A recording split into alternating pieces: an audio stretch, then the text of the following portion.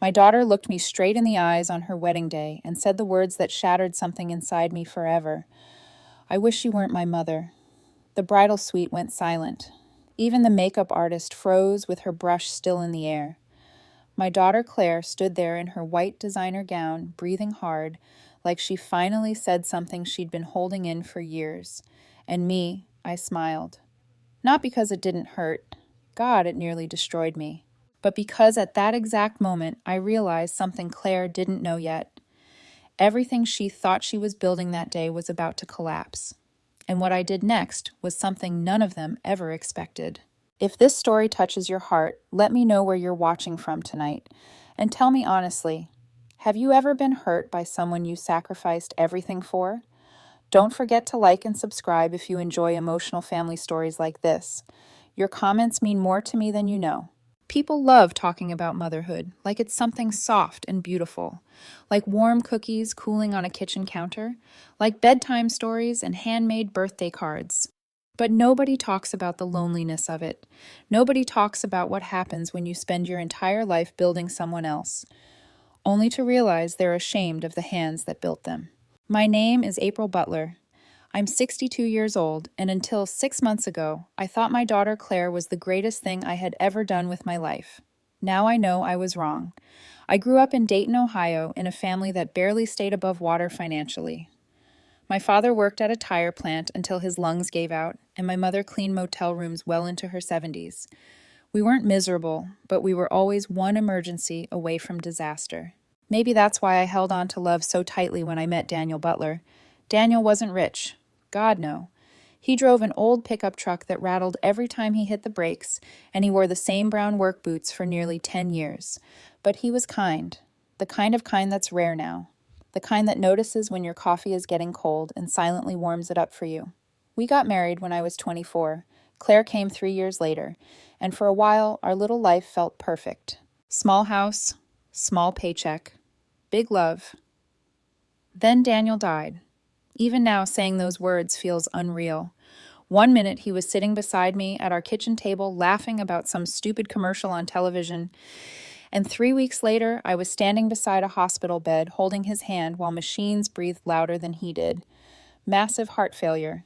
That's what the doctors called it. Claire was 14.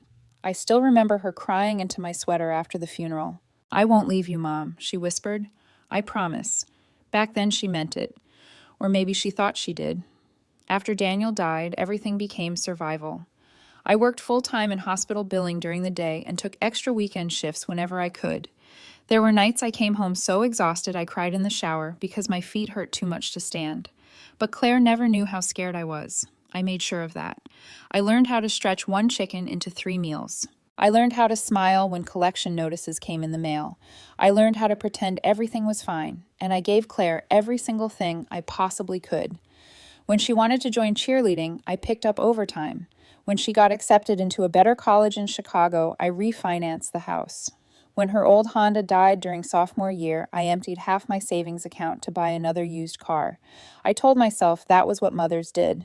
We sacrifice. We bend. We bleed quietly. And if we do it right, our children fly higher than we ever could. Claire was beautiful even as a teenager. Long blonde hair, bright blue eyes, the kind of smile that made strangers trust her instantly. Teachers adored her. Boys followed her around like lost puppies. But she was also ambitious. Very ambitious. She hated feeling ordinary. I didn't understand it at first. When she moved to Chicago after college and started working in luxury real estate marketing, she changed little by little, not all at once, slowly, like watching the tide pull away from shore. At first it was harmless. She corrected the way I pronounced certain wines. Then she teased me about shopping at discount stores. Then she stopped inviting me to work events because, as she put it, those people are intense, Mom. I ignored the warning signs because I missed her too much to confront them. Then she met Ethan Reynolds. Claire called me after their third date. "I think he might be the one," she said. I remember smiling while stirring soup on the stove. "What's he like?" "He's successful," she said immediately. "Not kind, not funny, not thoughtful. Successful." That should have told me everything. Ethan came from money, or at least from people who look like money. His mother, Victoria Reynolds, lived in a massive brick home outside Chicago with marble floors and crystal chandeliers that probably cost more than my yearly salary. The first time I met her, she hugged me without warmth. You know how some women smile with their mouths but not their eyes? That was Victoria. She looked me over in less than 5 seconds. My department store dress, my sensible shoes, my aging sedan parked outside, and I saw the judgment settle onto her face immediately. "Oh," she said softly. "Claire told us you work in hospital administration. Not what do you do? Not nice to meet you. Just that." Like she was politely acknowledging a service worker. Claire laughed nervously beside her, and instead of defending me, she looked embarrassed. That was the first moment my stomach tightened with fear. Still, I ignored it. Because mothers are experts at lying to themselves. The wedding planning began 8 months later. Claire wanted elegance, luxury, a lakeside venue, imported flowers, a string quartet, custom ice sculptures, things Daniel and I never would have imagined spending money on. I remember sitting at my kitchen table staring at the estimated wedding costs while Claire talked excitedly on speakerphone. "Isn't it going to be magical, Mom?" I looked at the number again and nearly stopped breathing. But then I heard the happiness in her voice, and I said yes. I always said yes. What Claire never knew was that Daniel had left behind more than I realized. A year after his death, I discovered an old investment account connected to an insurance settlement from his union job. It wasn't millions, not then, but over the years I managed it carefully. I lived modestly. I invested wisely. I never touched more than necessary. And slowly, it grew. I never told Claire because I didn't want money changing the way she saw me. Funny, isn't it? Turns out she already looked down on me anyway. So while Victoria Reynolds bragged about paying for floral designers and Ethan talked about family standards, it was my money quietly holding the entire wedding together behind the scenes. Deposits, venue payments, vendor retainers. Claire never even asked how I managed it. She just assumed mothers somehow exist to provide endlessly. And maybe that was my fault too, because I had spent her entire life teaching her exactly that. The second time I met Victoria Reynolds, she invited me to lunch at a country club outside Chicago. Invited probably isn't the right word. Summoned felt more accurate. Claire sounded nervous on the phone beforehand. "Mom, just try not to take anything personally, okay?" That should have warned me, but I was still clinging to hope back then, still convincing myself that every uncomfortable moment was just a misunderstanding between different worlds. I wore my nicest navy blue dress that afternoon. Simple pearl earrings, low heels that pinched my feet after an hour. I even spent extra money getting my hair done because Claire once casually mentioned that Victoria noticed appearances. I arrived 10 minutes early. Victoria arrived 15 minutes late. She swept into the restaurant wearing cream-colored designer clothing that probably cost more than my monthly mortgage payment. 2 women followed behind her, talking about charity galas and vacation properties in Aspen.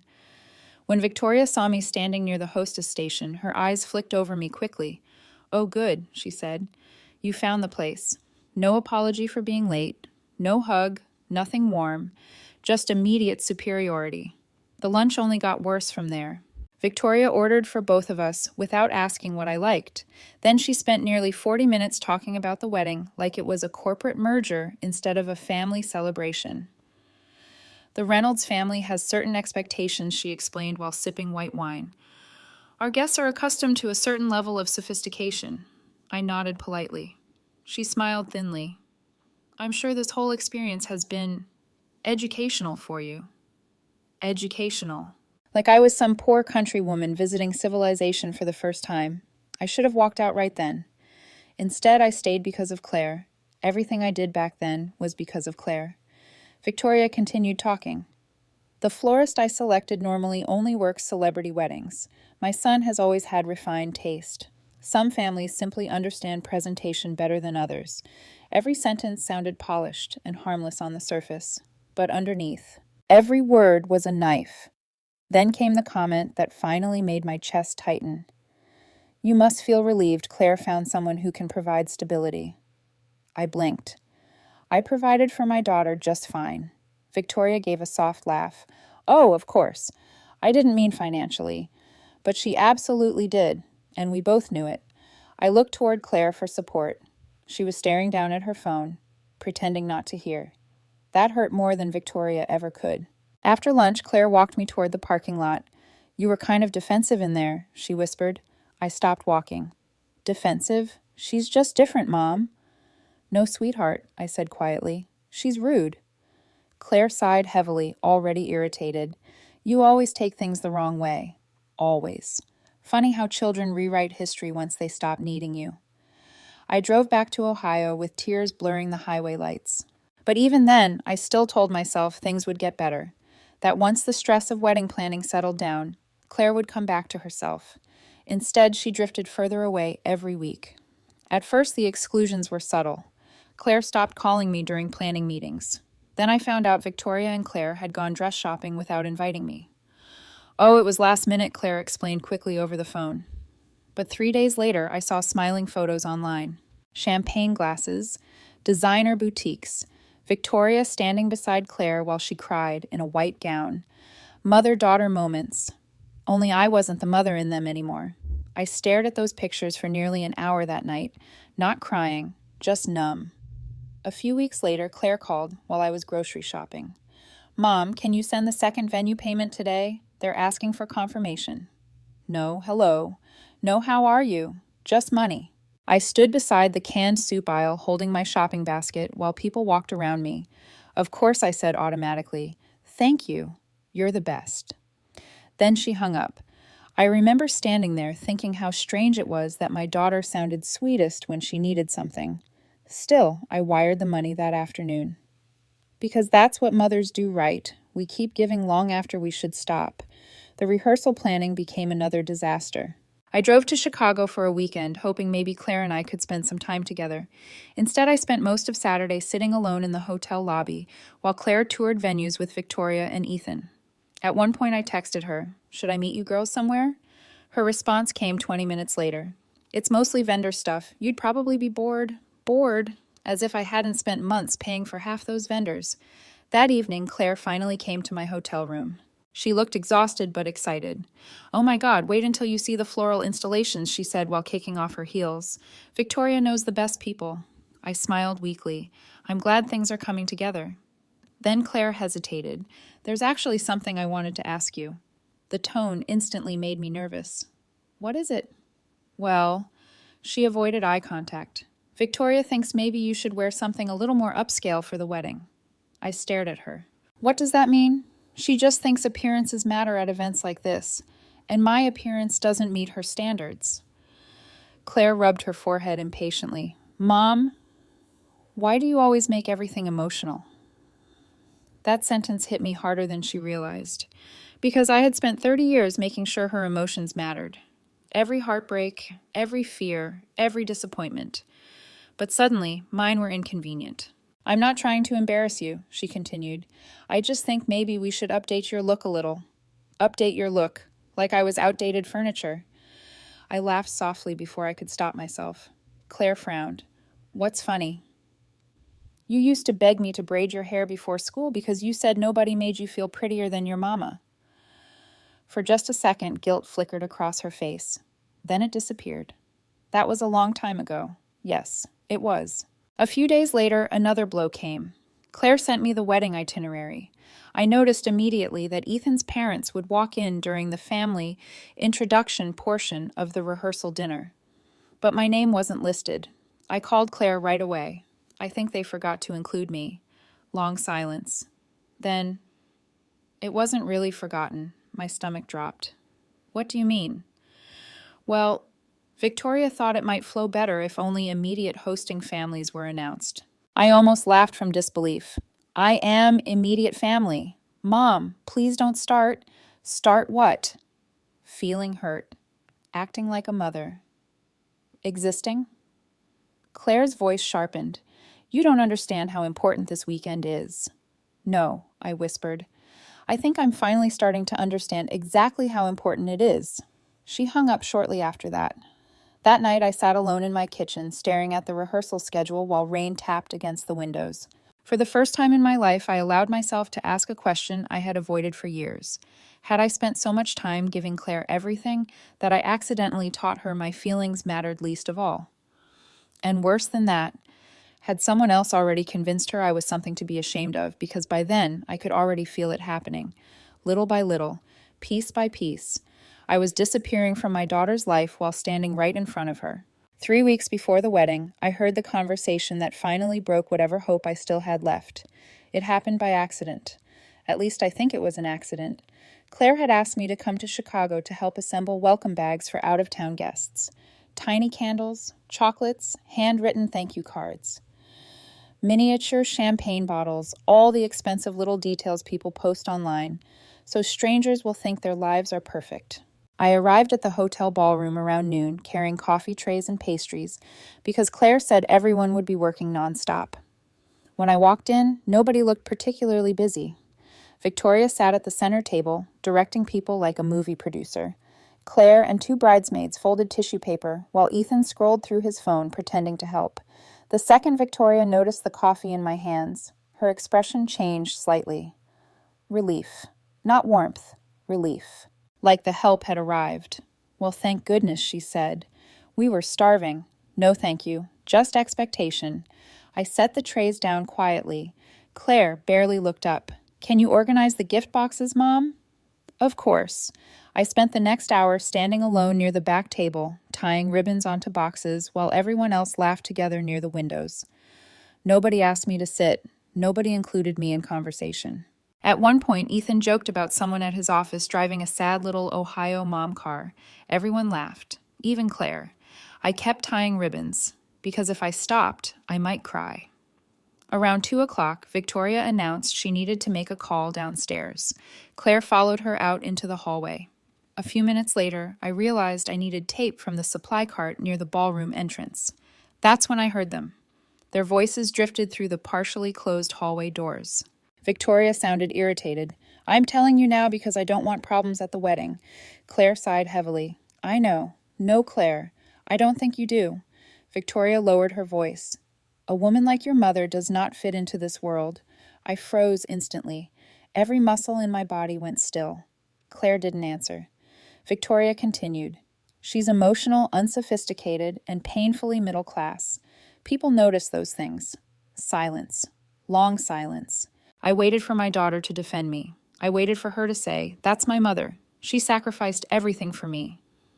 Don't talk about her like that. Instead, Claire quietly asked, so what do you want me to do?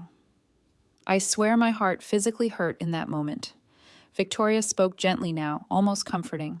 You need distance, especially publicly. The Reynolds family has a reputation. Ethan has connections, investors, clients. You can love your mother privately without making her the center of everything. Privately. Like I was some shameful secret. Claire let out a nervous breath. She just gets so emotional. Victoria laughed softly. Exactly my point. I pressed one hand against the wall because suddenly I felt dizzy. I kept waiting for Claire to stop her. She never did. Then came the sentence I still hear in my nightmares. Sometimes mothers hold daughters back, Victoria whispered, and successful women eventually have to choose what kind of life they want. Another long silence. Then Claire quietly said, I know. That word destroyed something inside me. Not screaming, not insults, not cruelty, just 2 small words, I know. I stepped backward before they could see me standing there. My hand shook so badly I nearly dropped the tape dispenser. I returned to the ballroom and sat silently beside the gift bags while everyone slowly filtered back inside. Claire smiled at me like nothing had happened. Nothing. That was the moment I realized my daughter had already started separating herself from me emotionally long before the wedding. The humiliation afterward became more obvious. Maybe because once you finally see the truth, you can't unsee it anymore. Claire started correcting me constantly. At dinner that night, I mentioned how proud Daniel would have been to see her getting married. Claire immediately stiffened. Mom, maybe don't bring up sad stuff all weekend? Sad stuff. Her father. The man who worked double shifts so she could go to dance classes. The man who used to carry her on his shoulders through county fairs. I stared at her across the restaurant table. You mean your father? Claire looked embarrassed. You know what I mean. Victoria reached over and patted Claire's hand dramatically. Weddings should feel elevated and joyful. Elevated. There was that word again. Like love only counted if rich people approved of it. Later that weekend, Claire came to my hotel room carrying a garment bag. I got you a dress, she announced. I blinked in surprise. Oh. She unzipped the bag and held up a pale beige gown, completely unlike anything I'd ever wear. Tight sleeves, heavy beading, low neckline. It looked expensive and uncomfortable. I thought navy was my color, I said carefully. Claire sighed immediately. Mom, please trust me. Something in her tone felt rehearsed, like she wasn't talking to me as a daughter anymore. She was managing me. I touched the dress gently. It's beautiful, I admitted. Just not really me. Claire's face hardened. That's kind of the point. The room went silent. Even she looked shocked. She'd said it out loud. But once certain truths escape into the air, they can't be pulled back. What does that mean? I asked quietly. Claire rubbed her forehead. It means maybe this is a chance to present yourself differently. Present yourself differently. I looked down at my own hands, the same hands that packed her school lunches, braided her hair, held her after nightmares, worked overtime for 30 years, and suddenly those hands weren't good enough anymore. Claire softened slightly after seeing my expression. Mom, I just want everything to go smoothly. For who? She didn't answer. That night I barely slept. I sat near the hotel window, watching Chicago traffic below while replaying every conversation in my head, every insult, every silence, every moment Claire chose comfort over loyalty. The next morning, things got even worse. Claire handed out the official rehearsal schedule over brunch. I scanned it casually at first. Then my stomach dropped. Family entrance order. Victoria Reynolds and Charles Reynolds. Ethan Reynolds and wedding party. Bridesmaids and groomsmen. No April Butler. I looked up slowly. You forgot me again. Claire immediately looked irritated instead of guilty. It's not a big deal. Not a big deal. Victoria smiled over her mimosa glass. We simply streamlined the presentation. I turned toward Claire. I'm your mother. And you're making this harder than it needs to be? She snapped suddenly. The entire table went quiet. Even Ethan looked uncomfortable. Claire lowered her voice, but the damage was done. Mom, not everything has to revolve around you emotionally. I felt like someone slapped me. Because if there was one thing I had spent my life doing, it was making sure everything revolved around her. Her dreams, her comfort, her future, her happiness. I swallowed carefully. Do you know what hurts most? I asked softly. Claire crossed her arms defensively. What? It's not Victoria treating me like I'm beneath her. I looked directly into my daughter's eyes. It's watching you help her do it. For one brief second, real guilt flashed across Claire's face. But then Ethan touched her arm. Victoria looked disapproving. And my daughter chose them again. I can't deal with this right now, she muttered before standing up. Then she walked away from me. Just walked away. And sitting there alone at that expensive brunch table surrounded by crystal glasses and fake smiles, I finally realized something terrifying. My daughter wasn't becoming cruel accidentally. She was choosing it. Little by little, decision by decision. And somehow, I still loved her enough that it hurt to breathe. After that brunch, I drove back to Ohio in complete silence. No music, no phone calls, just 6 hours of highway and heartbreak. The strange thing about betrayal is that your body understands it before your mind does. My chest felt tight the entire drive. My hands gripped the steering wheel so hard my fingers ached. Part of me still wanted to defend Claire. She's stressed. She doesn't mean it. Victoria is manipulating her. But another part of me, the exhausted part that had spent decades ignoring its own pain, finally whispered the truth. Your daughter is helping them hurt you. That realization changed something inside me. Not all at once, but enough. When I got home that evening, my little house felt unusually quiet. I set my purse on the kitchen counter and stood there staring at the refrigerator, covered in old photographs. Claire, at age 6, holding a pumpkin bigger than her torso. Claire at high school graduation wrapped in my arms. Claire crying tears of joy when she got her first apartment in Chicago. Every photo told the story of a mother who gave everything willingly. And maybe that was the problem. I had made sacrifice look endless. I made it look natural, expected, invisible. I poured myself a glass of water and noticed an envelope sitting near the coffee maker. I had nearly forgotten about it. 2 weeks earlier, I'd received updated paperwork from Rebecca Hayes, my attorney and oldest friend. Rebecca and I met 27 years ago, after a billing dispute at the hospital somehow turned into friendship. She was sharp, practical, impossible to intimidate, and one of the few people who still spoke to me honestly. She'd been asking questions about the wedding finances for months, questions I kept avoiding. I opened the envelope slowly and reread the summary documents she'd prepared regarding my assets. Even after all these years, the numbers still surprise me sometimes. Daniel Butler had been smarter than anyone realized. 6 months after his death, I discovered an unopened safety deposit box key hidden in one of his old toolboxes. Inside the box were documents connected to a workers' compensation settlement from a chemical exposure case involving his union job years earlier. Daniel had never touched most of the money. Instead, he quietly invested it. He once told me, "If anything ever happens to me, you and Claire will never struggle." Back then, I thought he was just comforting me. Turns out he'd been planning for our future all along. At first, the settlement wasn't enormous, but combined with careful investing retirement accounts and years of living modestly, it slowly became something substantial. Not billionaire money, but enough. Enough to retire comfortably, enough to help Claire, enough to fund nearly an entire luxury wedding without anyone realizing where the money came from. And that was exactly the problem. Nobody realized. Not Claire, not Ethan, not Victoria. To them, I was simply useful, a dependable woman with quiet savings and no boundaries. The next morning, Rebecca called me before work. "You sound tired," she said immediately. "I am tired." Long silence. Then, "What happened in Chicago?" I sat down slowly at my kitchen table, and for the first time I told someone everything. Victoria's insults, Claire's embarrassment, the rehearsal exclusion, the hallway conversation. By the time I finished speaking, my voice sounded hollow even to me. Rebecca was silent for several seconds.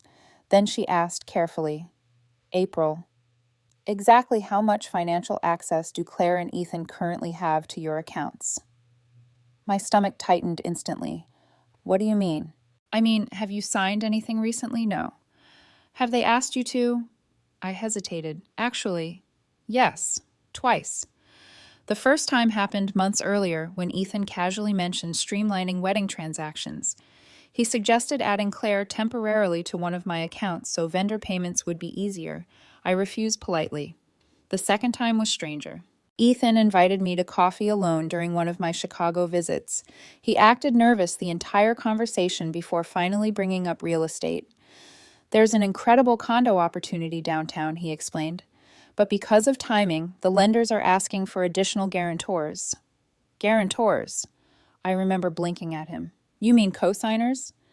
He laughed awkwardly. "Well, technically." I immediately said no.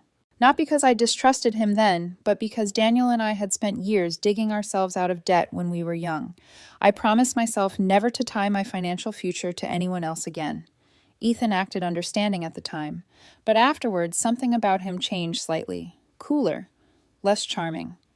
Rebecca listened carefully while I explained all this. Then she sighed. "April, I need you to hear me clearly." Her tone made my pulse quicken. "I think Ethan and his family believe you're sitting on more money than you've admitted." I frowned. "That's impossible. Is it—" I opened my mouth to argue, then stopped. Because suddenly I remembered dozens of little moments. Ethan asking detailed questions about my retirement timeline, Victoria casually asking whether my home was paid off, Claire mentioning inheritance jokes more than once. Even wedding vendors sometimes contacted me directly instead of the bride and groom. Oh God. Rebecca continued carefully. "And based on what you've told me, I think they expected continued financial support after the marriage." My chest tightened painfully. "You think they're using Claire?" I think Rebecca said slowly that wealthy people in debt often become very good actors. Debt. The word startled me. Wait, what debt? Rebecca paused.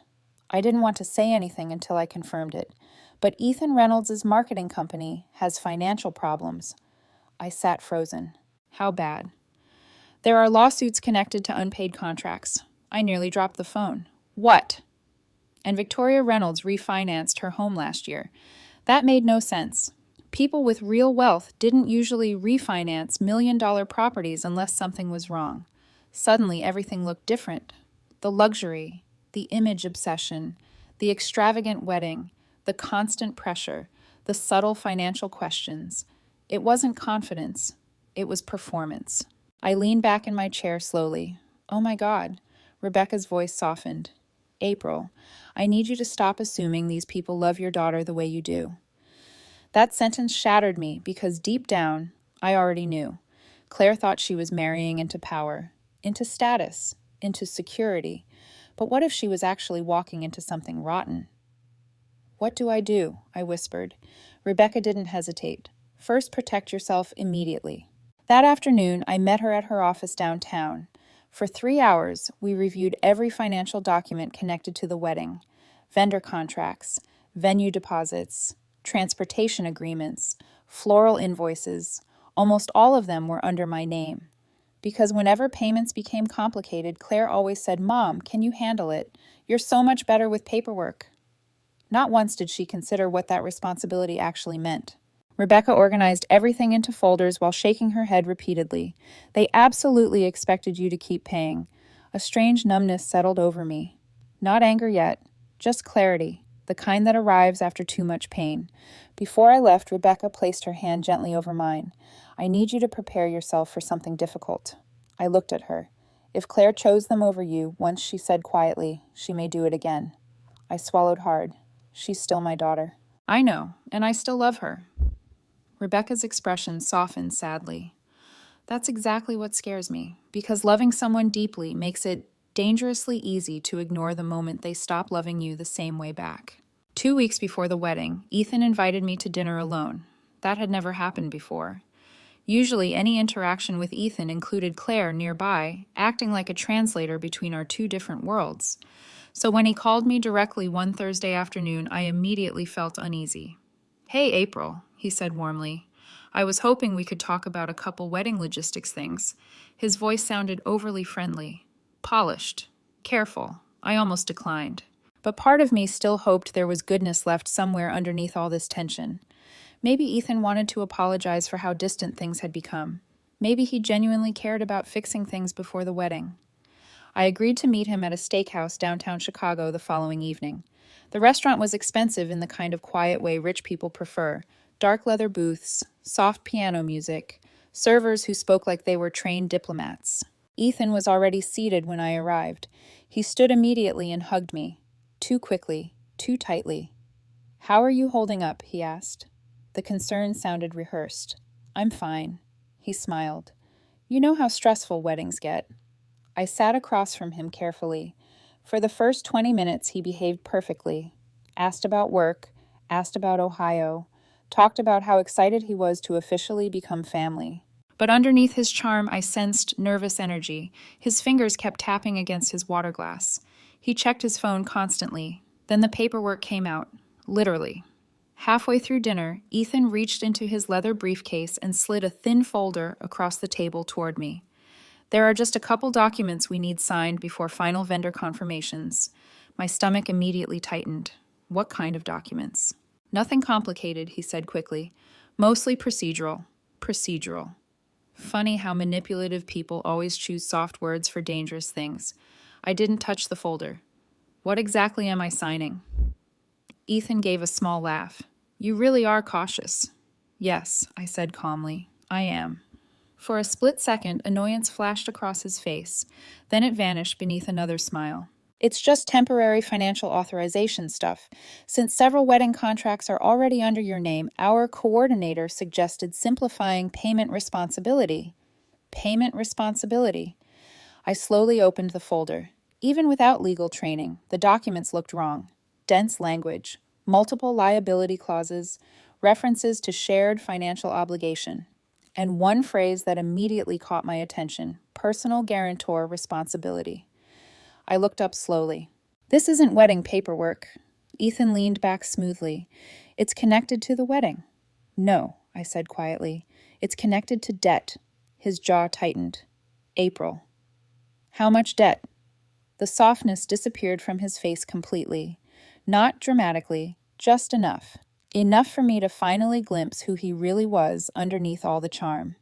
You're misunderstanding. I don't think I am. He sighed heavily now, as though I were being difficult. The condo financing became more complicated than expected. There it was, the truth, at least part of it. I closed the folder carefully. And you want me financially attached to it. It would only be temporary. No. Ethan stared at me for several seconds. You didn't even read everything. I read enough. His voice sharpened slightly. Claire said you trusted us. That sentence hit harder than he realized, because he used Claire's name like a weapon, a pressure point. I folded my hands together calmly. Trust doesn't mean signing legal responsibility for property I don't own. His smile vanished completely now, the mask slipping. You know, he said quietly, most parents would want to help set their children up for success. I stared at him in disbelief. Most parents. As though I hadn't spent 30 years sacrificing for Claire already. Asking me to risk my financial future isn't support, I replied softly. It's manipulation. The word manipulation hung heavily between us. Ethan leaned forward. You're being emotional. There it was again. That word, emotional. People use it whenever women finally stop cooperating. I slowly slid the folder back across the table. No. Silence. Long, cold silence. Then Ethan laughed softly, but there was no warmth in it anymore.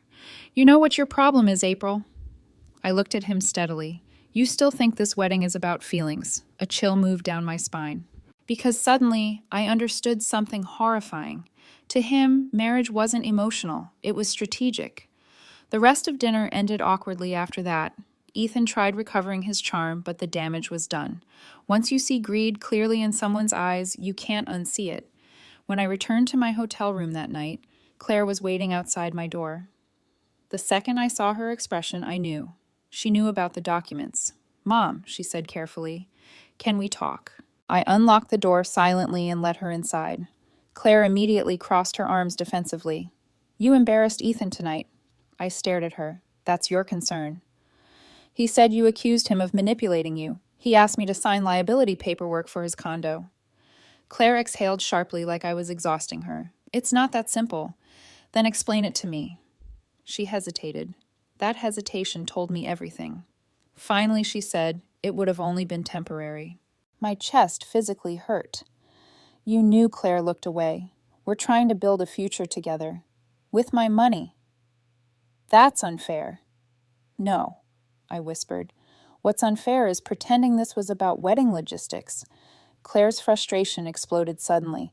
Why are you acting like we're criminals? I stared at her in shock. Because you tried tricking me into legal responsibility without fully explaining the documents. We weren't tricking you. You brought papers to a steakhouse and expected me to sign them over dinner. Claire paced across the hotel room now. You always assume the worst about Ethan. No, I said quietly. I assumed the best about him for far too long. That stopped her. For one brief second, I saw uncertainty flicker across her face. Then she hardened again. You don't understand how expensive life is in Chicago. I almost laughed. Expensive life. Luxury condo. Designer wedding. 5-star venues. None of it necessary. All of it image. I looked at my daughter carefully. When did enough stop being enough for you? Claire's eyes flashed with anger. You think wanting more is wrong because you settled your whole life. That sentence hit me like a slap. Settled.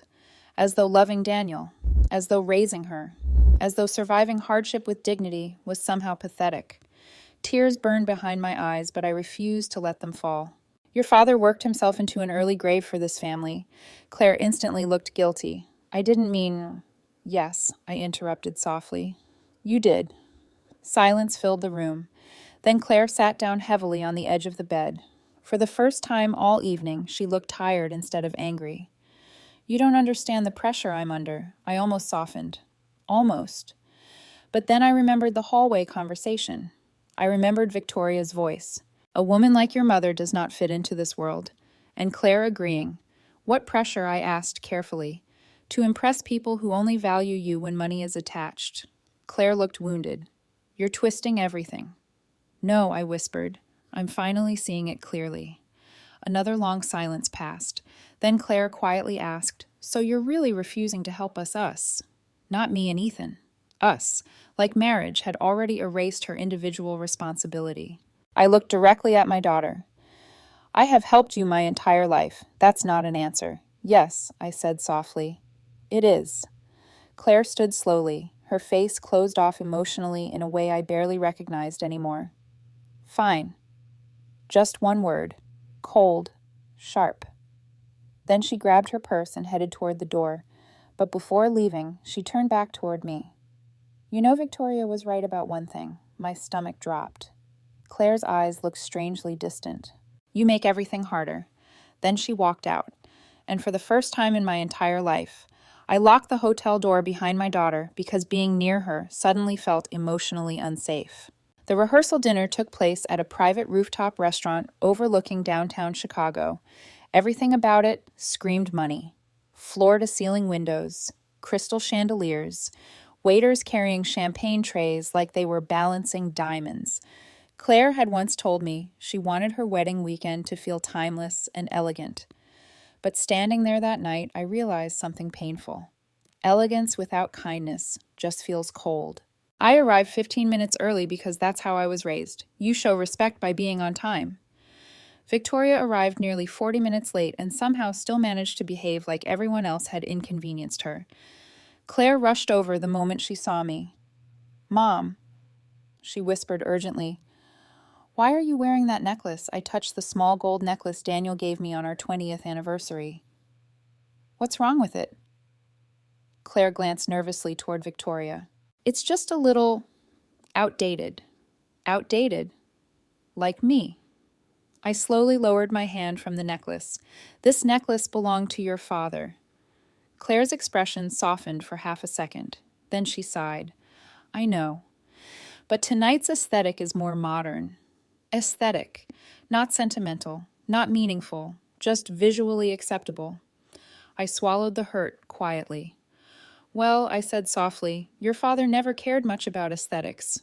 Claire looked embarrassed immediately. Mom, please don't start tonight. That phrase again. Don't start. As if my pain was some recurring inconvenience everyone had to manage. Before I could answer, Victoria approached in a silver gown sparkling beneath the rooftop lights. There you are, she said to Claire before briefly glancing at me. The photographers are ready for immediate family portraits. Immediate family. Interesting choice of words. Claire immediately followed Victoria toward the photo area. Nobody invited me. I stood there alone near the champagne tower, watching strangers take pictures with my daughter. At one point, the photographer laughed and called out, Beautiful Reynolds family. Not Butler, not Claire's mother. Just the family she apparently preferred now. I should have left then, but I stayed, because some part of me still hoped Claire would turn around and realize what she was doing. Instead, the night became worse. Much worse. Dinner seating had already been arranged when I found my place card near the far end of the table beside two distant business associates from Ethan's office. Meanwhile, Victoria sat beside Claire at the center. I stared at the arrangement silently. Claire noticed my expression immediately. It's just for flow purposes, she whispered quickly. Of course it was. Everything cruel during that wedding somehow became for flow. I sat down quietly while conversations swirled around me about investment portfolios, luxury travel, and market trends. Nobody asked about my life. Nobody asked about Daniel. Nobody asked how it felt watching my only child get married. I was physically present, but emotionally erased. Then came the speeches. Ethan spoke first. Charming. Polished. He thanked Victoria for showing him what excellence looked like. The entire room applauded. Then Claire stood. My heart lifted slightly despite everything. Maybe she would finally acknowledge me. Maybe somewhere underneath all this performance, my daughter still remembered who loved her first. Claire smiled emotionally while holding her champagne glass. I wouldn't be the woman I am today without the incredible people who shaped me. My chest tightened. She thanked Victoria. She thanked Ethan. She thanked Ethan's father, Charles. She thanked business mentors, college friends, even her Pilates instructor. Not me, not once. People clapped loudly while I sat frozen in my chair. The humiliation burned so intensely I could barely breathe. Then Victoria leaned across the table toward one of the guests and said loud enough for me to hear Claire always had potential. She simply needed the right environment to fully become herself. The guest nodded knowingly, as happens with many girls from modest backgrounds. They spoke about my daughter like she escaped poverty instead of being raised with love, and Claire heard every word. She didn't stop them. A waiter approached with wine. My hands trembled slightly as I accepted the glass. That's when someone quietly spoke beside me. "You okay?" I turned in surprise. It was Jason Reynolds, Ethan's cousin. I'd met him briefly once before. Unlike the rest of the family, Jason never seemed particularly impressed by wealth or status. He dressed simply, laughed easily, and spent most of the evening looking uncomfortable around his relatives. "I'm fine," I lied automatically.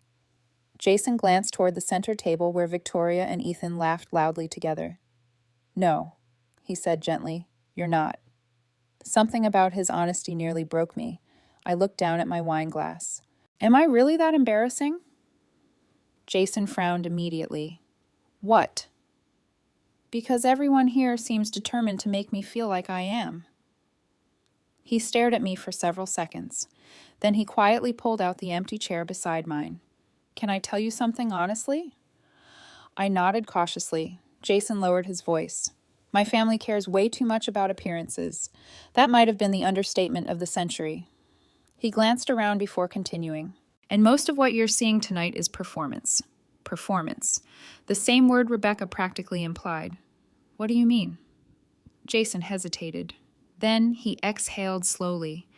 "Ethan's company is struggling badly." I went still. How badly?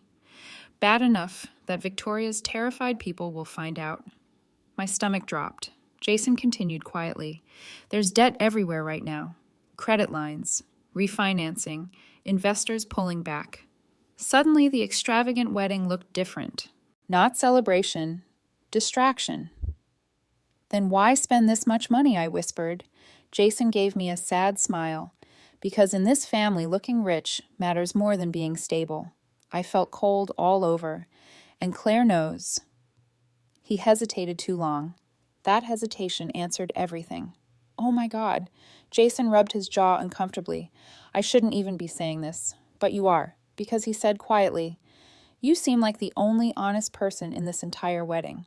The words nearly made me cry, not because they were flattering, because they reminded me how isolated I'd become. Jason leaned closer.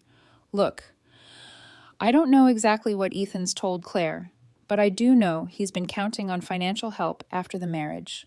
My pulse quickened. "From who?" He looked at me carefully. "You." The rooftop suddenly felt hard to breathe in. Music played softly nearby, while laughter echoed around expensive glasses and designer clothing. And sitting there in the middle of all that beauty, I finally saw the ugliness underneath everything. This wasn't just about status anymore. It was about dependency, expectation, access. Jason's voice softened. "I'm sorry." I swallowed hard. "For what?" "For the way they've treated you." Before I could answer, Victoria suddenly called across the room, "Jason, come join the family photo." The family photo. Jason looked at me sadly before standing. And as he walked away, I noticed something that shattered me completely. The photographer began arranging everyone together beneath the city lights, Victoria in the center, Claire beside her, Ethan holding Claire's waist, Charles Reynolds smiling proudly, even Jason. Everyone, except me. Nobody called my name. Not one person noticed I was missing. I sat there alone at the edge of the rooftop while cameras flashed over and over again. And for the first time since Claire was born, I allowed myself to imagine a future where I stopped begging to be loved properly by my own child.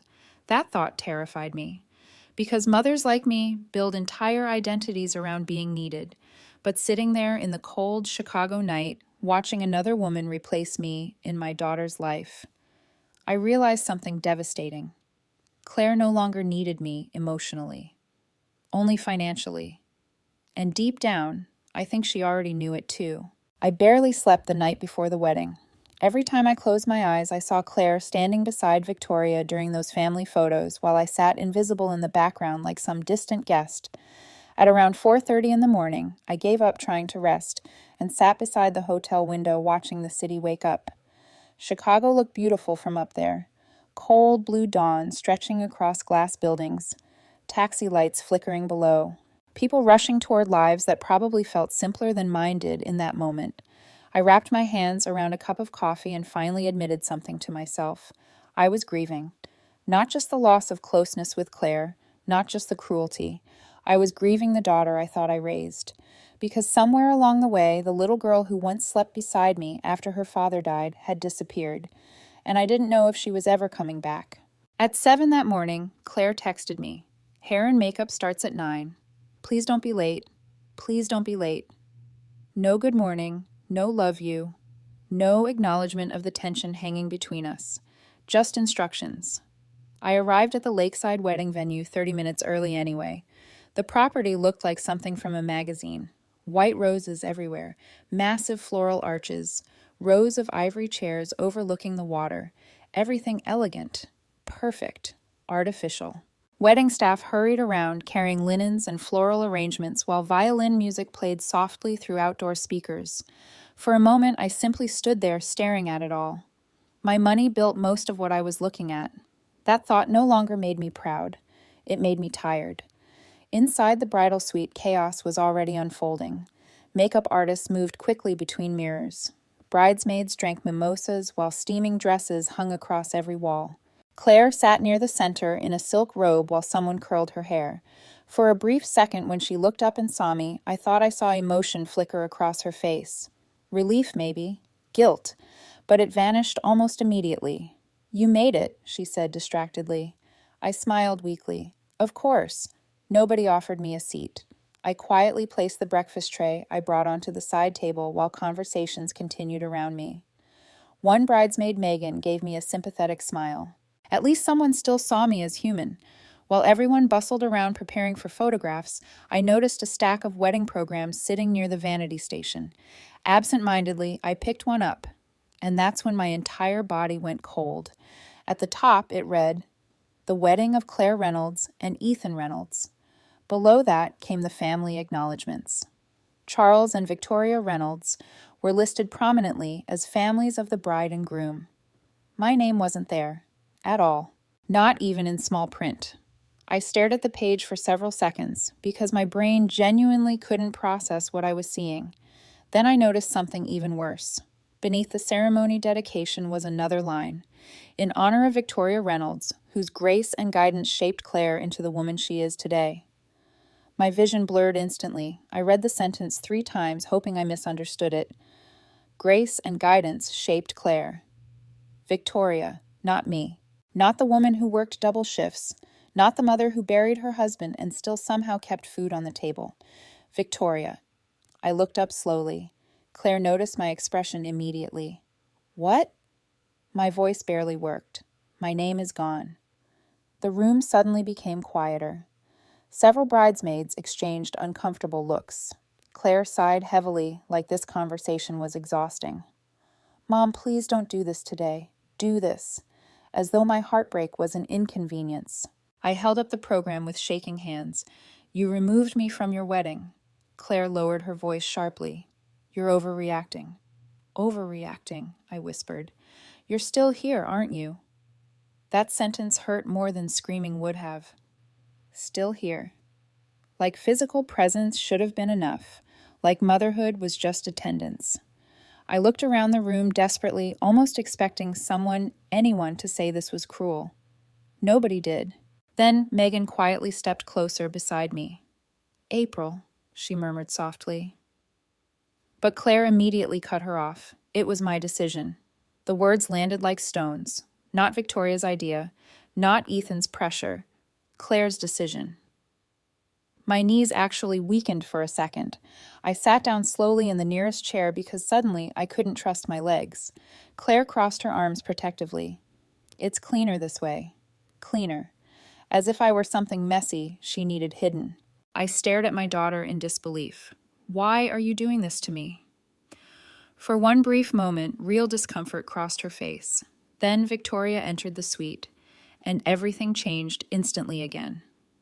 "There's my beautiful bride, Victoria," announced dramatically before noticing me.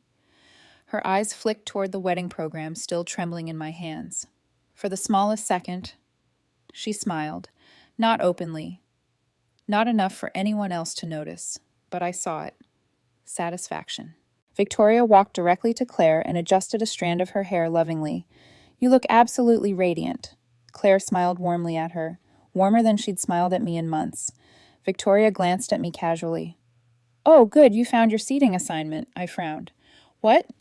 She gestured toward a nearby reception chart. I walked over slowly, and there it was, table 17. Near the back corner of the ballroom, beside distant relatives and elderly guests I'd never met. Meanwhile, the Reynolds family sat directly beside the bridal table. Even Megan looked horrified. "There must be a mistake," she blurted out. Claire immediately answered. "There isn't." The room went silent again. I looked directly at my daughter. "You moved me to the back." Claire exhaled sharply. "The front tables are reserved for networking guests and close family." Close family. I physically felt something inside me break. Not loudly, not dramatically, quietly. The way glass cracks beneath pressure after being strained too long. I nodded slowly. "I understand now." Claire looked confused by my calmness. "Mom?" "No," I interrupted softly. "I finally understand." Victoria stepped in immediately with fake sweetness. "Weddings are emotional for everyone." I turned toward her. "No," I said quietly. "Only for people who still have hearts involved." Victoria's smile tightened instantly. Claire looked mortified. "Mom, stop." But I was done apologizing for being wounded. I carefully placed the wedding program back onto the vanity table. Then I looked at my daughter one last time. She looked stunning in her white gown. Beautiful, cold, unrecognizable. And standing there watching her lean unconsciously toward Victoria instead of me, I realized the most painful truth of all. Claire wasn't confused anymore. She wasn't being manipulated accidentally. She had chosen which woman she wanted to claim publicly. And it wasn't me. Megan quietly followed me into the hallway after I left the bridal suite. "April." "I'm so sorry," she whispered. I smiled faintly. "Don't apologize for things you didn't do." Her eyes filled with tears. "I tried talking to Claire last week. That surprised me." "What happened?" Megan hesitated. "She said the wedding needed to match the life she's building now." "The life she's building now?" I nodded slowly. Then something unexpected happened. The tears stopped. Not because the pain disappeared, but because clarity finally arrived. Complete clarity. For months I kept hoping Claire would suddenly remember who loved her first. But standing there in that expensive hallway while wedding staff rushed around pretending everything was perfect, I finally accepted something devastating. My daughter was ashamed of me. And the moment you realize someone is ashamed of your love, something inside you stops begging. I looked through the ballroom windows toward the lake outside. Beautiful water, beautiful flowers, beautiful lies. And for the very first time since wedding planning began, I stopped wondering how to save the day, and started wondering whether the day deserved saving at all. About 40 minutes before the ceremony, Megan found me standing alone near the lakeside garden behind the venue. The air smelled like roses and rain. Dark clouds had started gathering above the water, though the wedding staff kept insisting the weather would hold. Funny how people say that about storms, even when they can clearly see them coming. "Claire wants to see you," Megan said quietly. I stared out at the lake for another moment before answering. "Does she?" Megan hesitated. "I think you should hear her out." I almost laughed at that. Hear her out, as though I hadn't spent 30 years doing exactly that. Still, I followed Megan back inside. The bridal suite was quieter now. Most of the bridesmaids had gone downstairs for final preparations, leaving only Claire, her makeup artist, and Victoria near the mirrors. The second I walked in, I felt tension fill the room. Claire stood immediately. "Can we have a minute?" Victoria looked annoyed. "There's barely enough time as it is." Claire's voice sharpened slightly. "Please." Victoria gave me a cold glance before leaving with the makeup artist. The moment the door closed behind them, silence swallowed the room. I looked at my daughter carefully. She looked beautiful and exhausted. Her eyes had faint shadows beneath them, despite the expensive makeup. Her shoulders were tense. Her hands kept fidgeting with the fabric of her gown. For a second, I saw the little girl she used to be, and it nearly destroyed me. Claire crossed her arms protectively. I don't want drama today. The sentence immediately hardened something inside me again. Not, I'm sorry. Not, are you okay? Just another warning to behave. I nodded slowly. Neither do I. Claire exhaled with relief, assuming that meant surrender. But I was too tired to surrender anymore. I looked around the room quietly. Designer shoes, champagne bottles. Luxury cosmetics spread across every counter.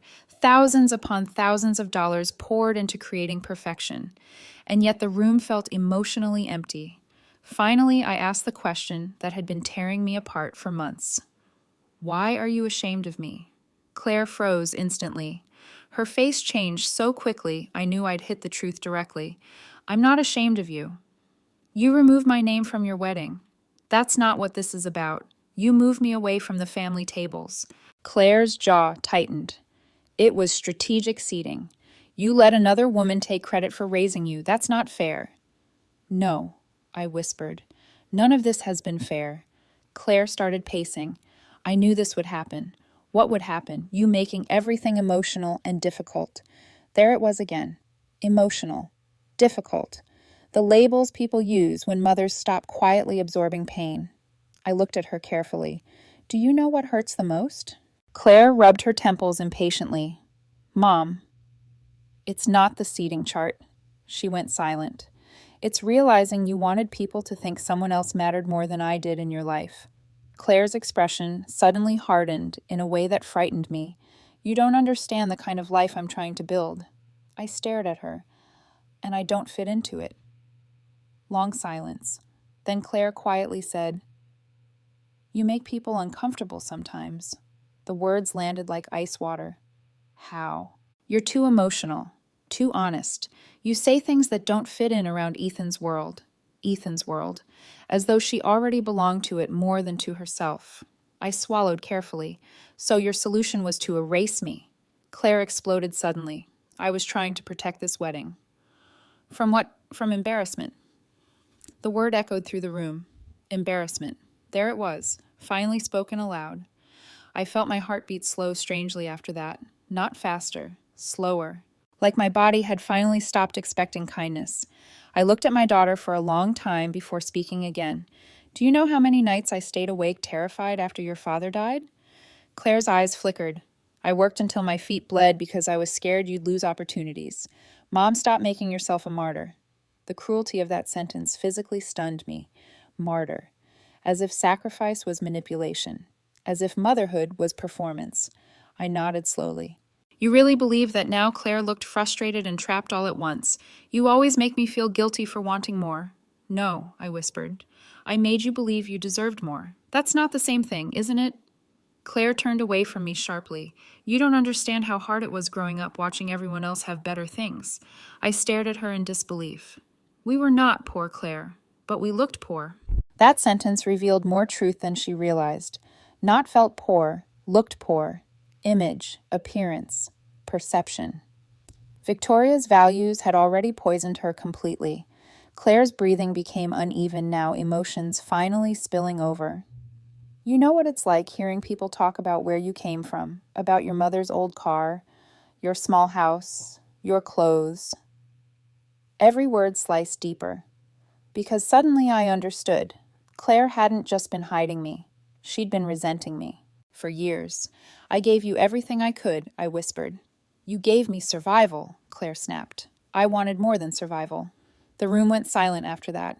I looked at her standing there in white silk and diamonds while memories flooded my mind all at once. Claire at 5 years old, asleep on my chest during thunderstorms. Claire at 16, crying after her first heartbreak. Claire at 22, calling me because she missed home. And somehow that girl had become this stranger standing in front of me. Then she said the sentence that shattered everything completely. I wish you weren't my mother. Silence. Absolute silence. Even the air felt frozen. Claire's eyes widened immediately after the words left her mouth, like some part of her realized she couldn't take them back. But it was too late, because once certain wounds are spoken aloud, they live forever. I felt something inside me crack quietly, not rage, not hysteria, just grief, deep, unbearable grief, and strangely, calm. I smiled, a small, broken smile. Claire looked confused immediately. "Why are you smiling?" I stared at my daughter with tears finally burning in my eyes, because suddenly everything became clear. Every insult, every exclusion, every financial request, every humiliation, all of it led here, to the truth. And the truth was simple. The daughter I loved still existed somewhere deep inside her, but the woman standing in front of me had chosen ambition over loyalty, image over love, status over family. I nodded slowly. Then today I said softly, "You'll finally learn what life looks like without me." Claire blinked in confusion. "What does that mean?" I didn't answer. Because for the first time since wedding planning began, I stopped trying to save Claire from consequences. I turned toward the door calmly. Behind me, Claire's voice suddenly sounded uncertain. "Mom." I paused briefly, not turning around, not anymore. Then I walked out of the bridal suite while my daughter stood there in stunned silence behind me. And as I stepped into the hallway, I reached into my purse and pulled out my phone. The moment I stepped into the hallway outside the bridal suite, my hands stopped shaking. That surprised me. After hearing my daughter say she wished I wasn't her mother, I expected to collapse emotionally. I expected tears, panic, maybe even humiliation so deep I couldn't breathe. Instead, I felt strangely calm. Not because I wasn't hurt, I was devastated. But devastation has a limit. Eventually, pain crosses a line where something inside you simply goes quiet, and in that silence, clarity arrives. I looked down at my phone and called Rebecca. She answered immediately. "Well," her voice told me she already knew something terrible had happened. I leaned against the hallway wall and closed my eyes briefly. She said it. Silence. Then Rebecca asked softly, "The title line." I nodded before realizing she couldn't see me. "Yes." Another pause. Then her tone changed completely. Professional. Steady. "Are you ready to proceed?" I looked through the ballroom windows toward the ceremony setup outside. Guests were arriving now. Luxury cars, designer dresses, smiling photographs. A perfect performance built on top of months of cruelty. And suddenly, I realized something important. Nobody there had cared about my dignity, so why was I still protecting theirs? "Yes," I said quietly. Rebecca didn't hesitate. "I'll begin immediately." I ended the call. Then I made the second call. The wedding planner answered on the second ring. "Good morning, Ms. Butler. We're just about I need to cancel several services under my authorization." Dead silence. Then I'm sorry I walked slowly toward a quiet corner near the garden entrance. "The premium bar package," I said calmly. "The upgraded floral installations. The after-party lounge. The vintage limousine service. And the live jazz reception extension." The planner sounded horrified. "But the wedding starts in less than an hour. I'm aware. Ms. Butler, those balances are still pending. If we cancel now—" "Yes," I interrupted softly. "That's exactly what I'm doing." Silence again.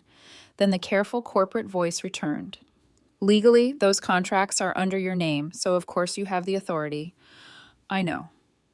The planner lowered her voice. "Should I notify the bride?" I stared out at the lake. "No," I said quietly. "Let them figure it out themselves." Then I hung up. For a few seconds, I simply stood there listening to distant violin music drifting across the venue. My heart hurt so badly it felt bruised. But underneath the grief, something else existed now too. Self-respect, tiny, fragile, but finally alive. The ceremony itself still happened. Of course it did. People like Victoria Reynolds cared too much about appearances to stop a wedding over logistical disasters. So the guests took their seats overlooking the water while the string quartet played softly beneath gathering storm clouds. I sat alone at table 17, exactly where Claire wanted me, near the back, far from the family, and for once, I stopped trying to earn my way closer. The ceremony passed in a blur. Claire walked down the aisle looking breathtaking in white silk while guests cried emotionally around me. Ethan smiled at her like a man who believed he'd won something valuable. Maybe he had. Maybe they both had. Two people willing to trade authenticity for image usually find each other eventually. When the officiant asked, "Who gives this woman to be married today?" Victoria stood proudly beside Claire. Not me. That hurt more than I expected, even after everything. I lowered my eyes quietly and folded my hands together so nobody would see them trembling. But then something interesting happened. About 10 minutes into cocktail hour, confusion started spreading through the venue. At first it was subtle, whispers between staff members, managers walking quickly across the ballroom, servers suddenly removing unopened champagne displays. I saw Victoria frown immediately. She grabbed one of the coordinators sharply. "What's happening?" The coordinator forced an uncomfortable smile. "Minor vendor adjustments." Adjustments. I nearly laughed into my wine glass. Then came the flowers. Massive white floral towers that had framed the ballroom entrance all morning suddenly disappeared. Workers quietly began dismantling half the premium installations. Guests started noticing immediately. One woman whispered loudly near my table, "I thought this was supposed to be a luxury reception." Another guest looked confused. "Why are they taking decorations down?" Across the room, Victoria's face turned pale. She marched toward the event manager near the dance floor. I couldn't hear every word, but I caught enough. There must be some mistake, outstanding balances, contract authorization, removed services. Then Victoria's eyes scanned the ballroom desperately until they landed on me. And in that exact moment, she understood. Our eyes locked across the crowded reception hall. For the first time since meeting her, Victoria Reynolds looked afraid of me. Not superior, not smug, afraid. The realization should have satisfied me more than it did. Instead, I mostly felt tired. A few minutes later, Ethan stormed across the ballroom toward the vendor station, while Claire followed behind him, still smiling nervously for guests, who kept trying to take photos with her. "What do you mean, canceled?" Ethan snapped loudly. The coordinator kept her voice calm. "Sir, several premium services were withdrawn by the authorized financial party." Claire frowned. "What authorized party?" Nobody answered immediately, then slowly. Both of them turned toward me. I sat quietly at my distant table sipping water. Claire's expression changed from confusion to disbelief. No, no, no, no. That look almost said the words for her. She never imagined I'd stop protecting her from consequences. Victoria reached them seconds later, looking furious. "What did you do?" she hissed at me across the room. Guests nearby immediately fell silent. I stood slowly, not dramatically, just calmly. "I canceled the portions I was still financially responsible for." Claire stared at me like she didn't recognize me anymore. "You can't do that." "I already did." Ethan stepped forward angrily. "Are you seriously trying to ruin our wedding?" The irony of that question nearly made me laugh. Ruin. As though they hadn't spent months humiliating me first. I looked directly at him. "No, Ethan. I simply stopped paying for a performance I was no longer welcome in." Several nearby guests visibly reacted to that. Whispers spread instantly. Claire's face flushed red. "Mom, not here." Interesting. Now she suddenly cared about public embarrassment. Victoria's composure finally cracked completely. "This is unbelievably petty." I stared at her calmly. "No." What was petty was removing a mother from her own daughter's wedding because she didn't fit your image. Silence exploded across the ballroom. Absolute silence. Even the musicians stopped playing briefly. Claire looked horrified. "Why would you say that out loud?" There it was again. That isn't true. Just panic that people heard it." I suddenly realized something devastating. My daughter cared more about strangers judging her cruelty than about the cruelty itself. The coordinator awkwardly approached Ethan again. "Sir, unless the remaining balances are settled immediately, we'll also need to close the premium bar service within the hour." Victoria physically turned white. "How much?"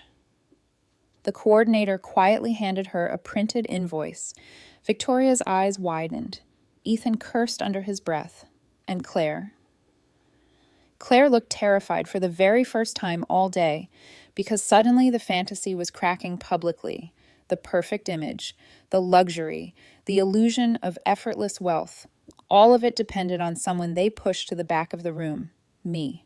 And standing there watching panic spread across the faces of people who treated me like I was insignificant, I finally understood something clearly.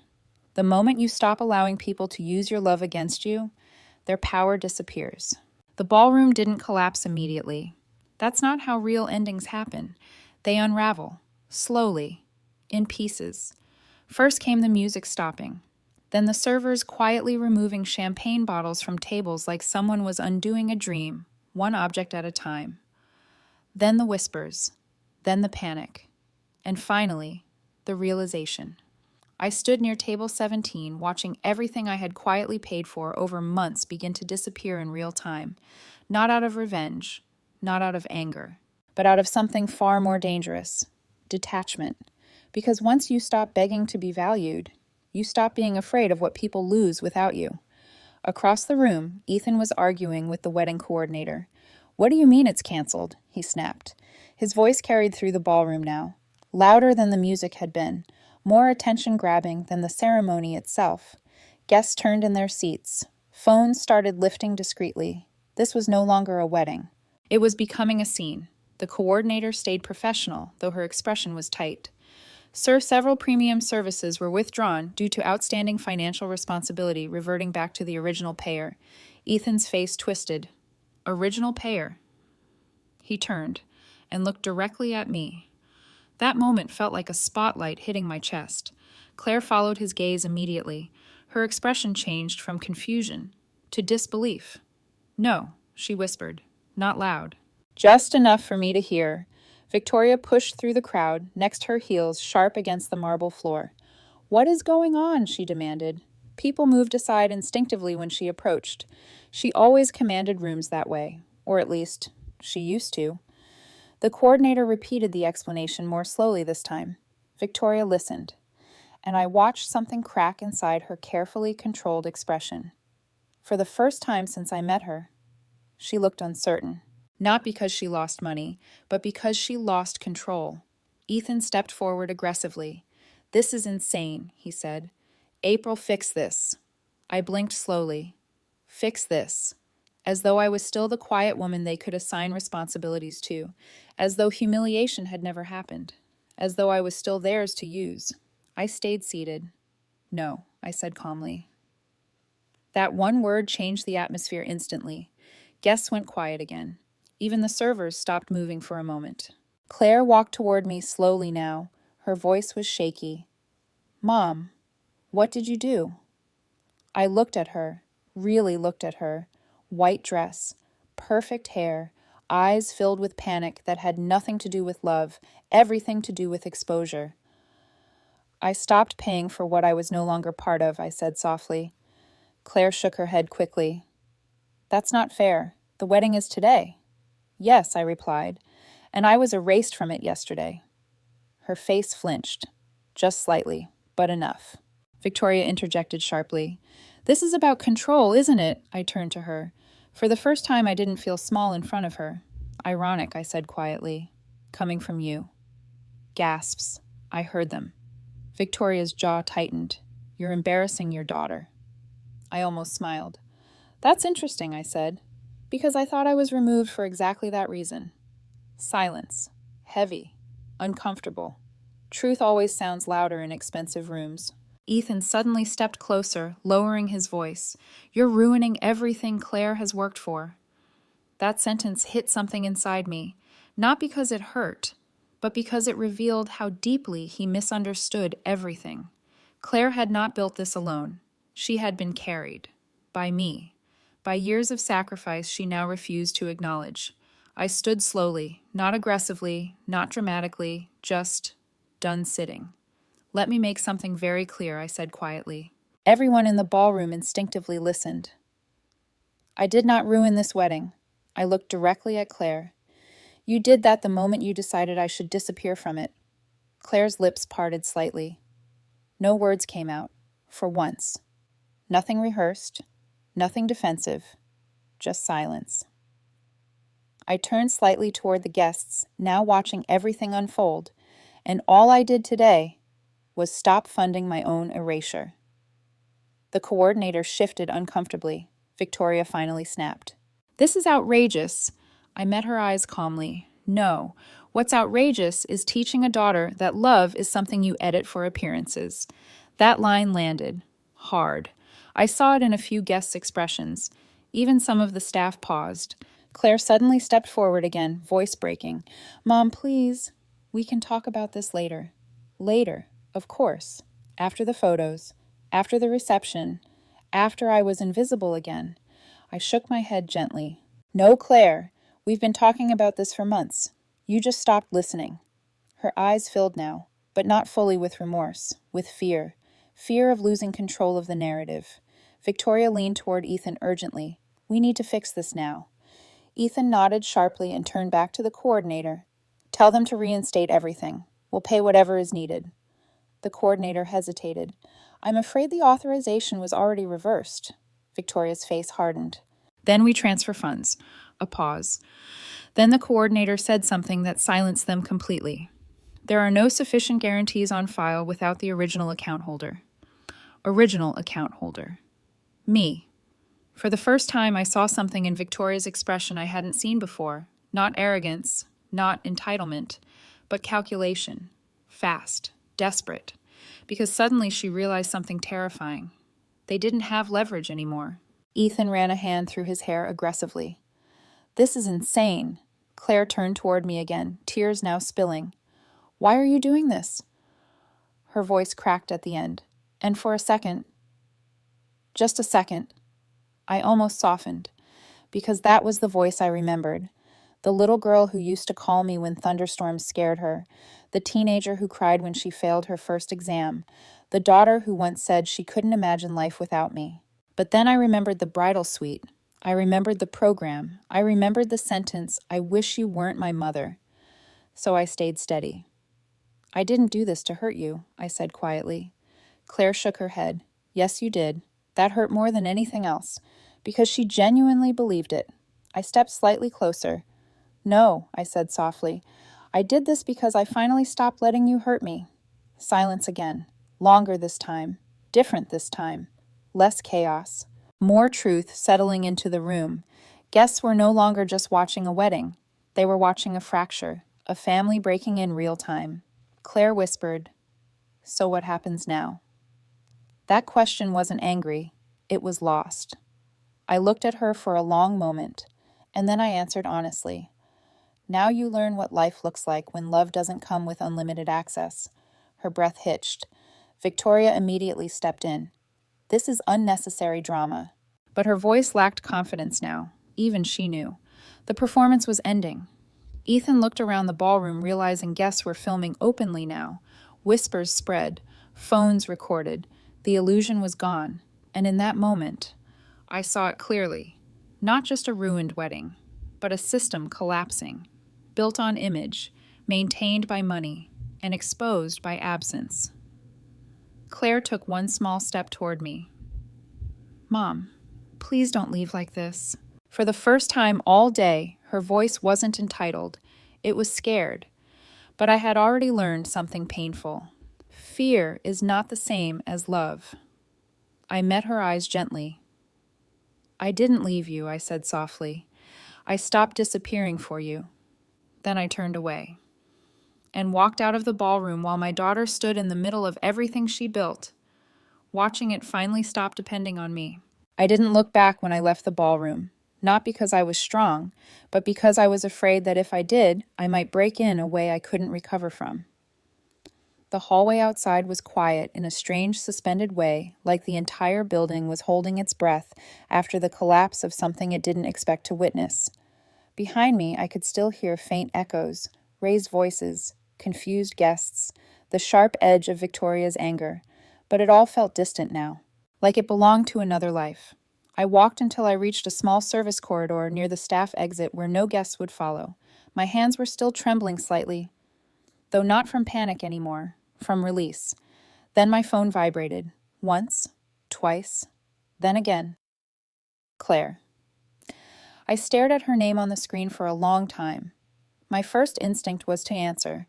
That instinct had ruled my life for over 30 years, but something had changed inside me now. I didn't press accept. Instead, I turned the phone face down on a bench and sat down slowly for the first time in hours. My chest ached, not sharply, but deeply, like grief finally settling into its permanent shape.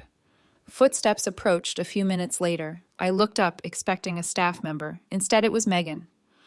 She looked pale, overwhelmed, holding her phone tightly in her hand, like she wasn't sure what to do with it. "April," she whispered. I gave her a small nod. I heard everything she said quickly. I mean, what's happening out there? Everyone is recording it. Of course they were. Modern humiliation doesn't stay private anymore. Megan hesitated before sitting beside me. "I don't think Claire understands what just happened," she said carefully. I let out a slow breath. "She will." Megan looked down at her hands. "Victoria is screaming at the vendors. Ethan is trying to calm guests. Half the reception staff are packing up." A faint, almost humorless smile crossed my face. "Sounds like a successful wedding." Megan looked at me sharply. "You don't deserve this." That sentence almost made me cry again. Almost. But I was past the point of falling apart now. Instead, I whispered, "I spent my entire life trying to make sure she never felt the way I do right now." Megan didn't respond immediately. Then quietly, "Sometimes love doesn't land the way we intend it to." That landed differently, soft, true. We sat in silence for a moment. Then Megan spoke again. "Claire is looking for you." I closed my eyes briefly. I know. She's crying. That part hurt more than I expected. Not because I wanted her pain, but because I realized something terrifying. Even now. Even after everything. A part of me still responded to her suffering before my own. Years of conditioning don't disappear in one betrayal. I stood slowly. "Where is she?" Megan hesitated. "Bridal suite." I nodded and walked back, not because I was ready to fix things, but because I needed closure. The hallway back to the bridal suite felt longer this time, heavier, like every step required more emotional weight than physical effort. When I reached the door, I stopped for a moment. Inside, I could hear Claire crying. Not loudly, not dramatically, just broken in a way I had only heard once before, when her father died. I pushed the door open slowly. Claire was sitting on the floor in her wedding dress, makeup smudged hair partially undone. The image hit me like a memory I wasn't ready to relive. She looked up immediately when she saw me. "Mom." Her voice cracked instantly. I closed the door behind me quietly. Neither of us moved for a moment. Then Claire stood up quickly, wiping her face. "I didn't mean it," she said immediately. "I didn't mean any of it." I stayed still. Because I had learned something important now. Words spoken in fear are still rooted in belief. "What part didn't you mean?" I asked gently. Claire shook her head rapidly. I was overwhelmed. Victoria was pushing me. Ethan. Everything just got too complicated. Too complicated. That phrase again. As if cruelty was a scheduling issue. I stepped slightly closer.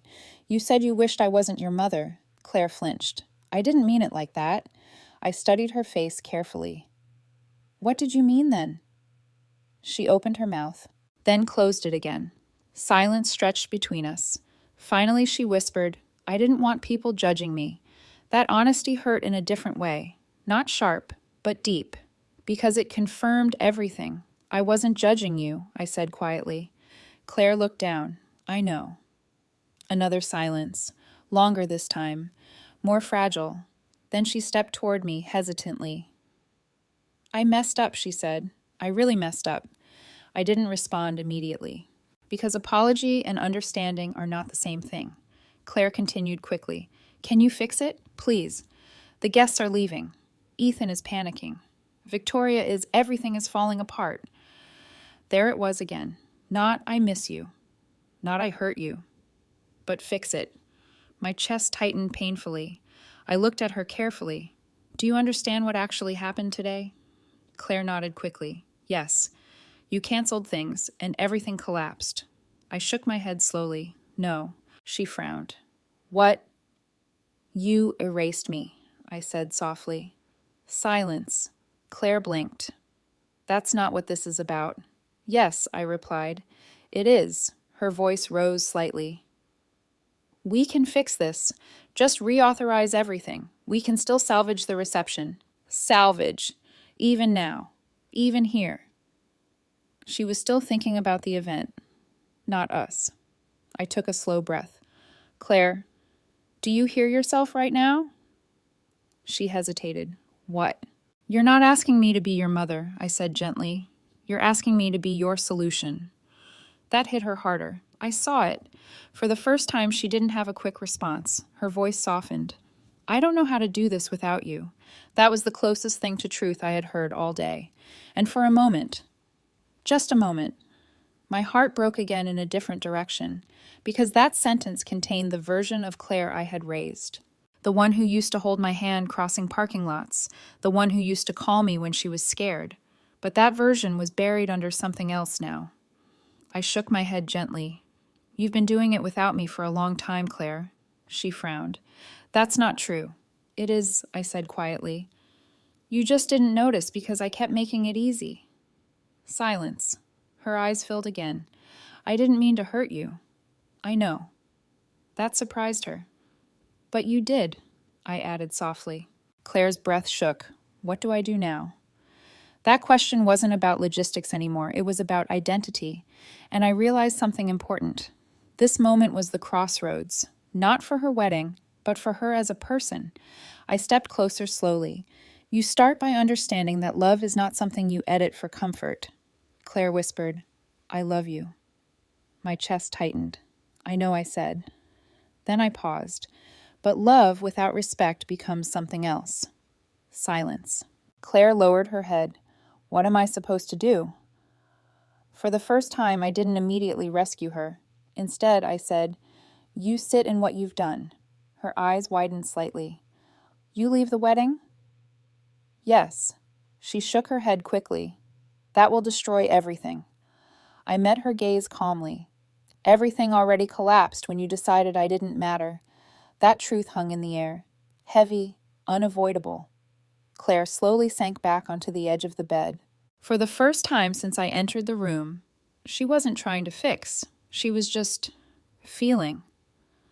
I sat down across from her, not as a provider, not as a rescuer, but as a mother who finally stopped disappearing. And for the first time in a very long time, we sat in silence that was honest, not comfortable, but real. The silence in the bridal suite didn't feel empty anymore. It felt heavy, like the air itself had finally stopped pretending. Claire sat on the edge of the bed in her wedding dress, her hands resting loosely in her lap. The same hands that once clutched mine in parking lots, the same hands that now trembled slightly as reality settled in. I stayed seated across from her, not moving closer, not pulling away, just present.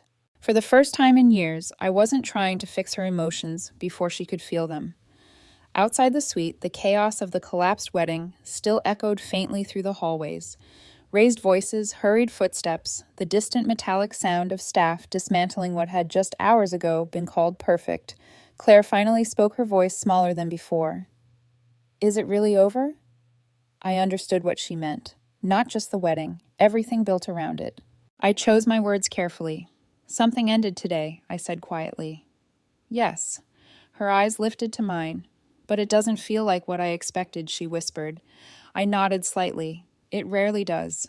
Claire swallowed hard. I thought if everything looked right, it would feel right. That sentence told me everything I needed to know about how she had been living. Image over truth. Presentation over substance. She looked down at her dress. I ruined it, didn't I? The question wasn't defensive anymore. It was hollow. I didn't answer immediately, because the truth wasn't simple. Finally, I said, You didn't ruin a wedding, Claire. She looked up slowly. You ruined trust. The words landed softly but deeply. Her breath caught. I didn't mean to, she whispered again. I studied her carefully. I know, that part was true. Intent and impact are not always the same thing. But they both matter. Claire pressed her fingers to her forehead. Everything was supposed to be perfect today. A bitter sadness rose in my chest. That's the problem, I said gently. You cared more about perfect than honest.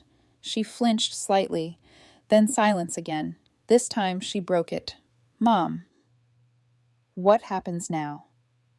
It was the first time she had said Mom in a way that didn't feel dismissive. It sounded uncertain, human. I exhaled slowly. Now you live with what you chose. Her eyes widened. I don't want to lose you. That sentence hit differently than the rest, because it was real, raw, unpolished. I looked at her for a long moment. I'm not asking you to lose me, I said quietly. Claire's voice trembled. Then what are you asking? I hesitated, because this was the part no one prepares you for. Loving someone who hurt you doesn't disappear just because you finally stop tolerating it. I'm asking you to see me, I said softly, not as something inconvenient, not as something to manage, as your mother. Claire's eyes filled again. I did see you, she whispered. I didn't want people to see me through you. That honesty hurt more than anything else she had said, because it confirmed what I already knew. This wasn't confusion anymore. It was identity conflict. Claire wiped her face quickly, smudging her makeup further. I don't know who I was supposed to be today, she admitted. For the first time, she sounded like someone who had lost herself, not just lost control. I stood slowly and walked toward the window. Outside, the lake shimmered under shifting gray clouds. The wedding setup looked smaller from here, less magical, more fragile. I think you were trying to be someone Victoria would approve of, I said quietly. Claire didn't deny it. That silence was answer enough. She said I needed to present better, Claire whispered, to fit into Ethan's world. I turned back toward her. And did it work? Claire hesitated. No, she admitted. A pause, then softer. It didn't feel like me.